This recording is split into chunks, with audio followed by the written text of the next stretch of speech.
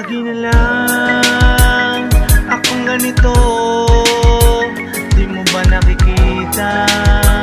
Luwas yung mata ko dahil itinatago sa aking mga ngiti. Nilulunoko na lang ang lahat ng pigati.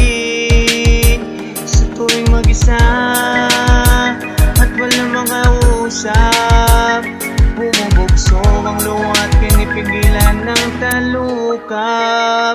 Sa tuwing binabalot naku ng kalungkutan, mga pagsubok ay gusto ko ng sukuan.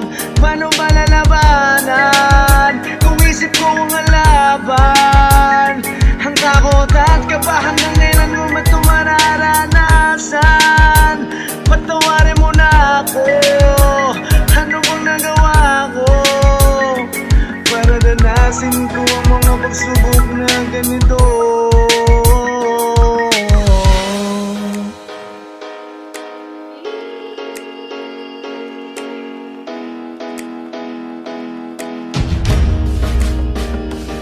Nagagawa kong ipikit mga mata, pero ang isip ay gising at laging balisa. Punong-puno ng panghihinayang, napakaraming sinayang na pagkakataon. Ng lahat ay hawa ko pa, pag mag-isa ko padid ang aking kalahati. Katapusan ko na sa sarili, nagdadalamhati.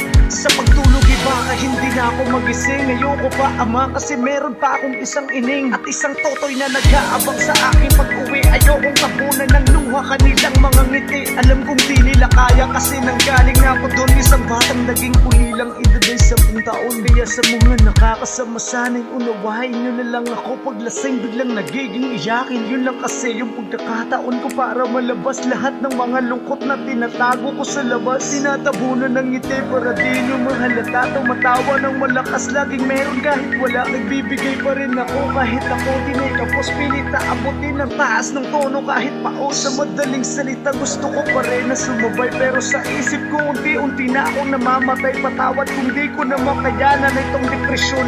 Paalam at salamat sa nanonood ngayon. Salamat.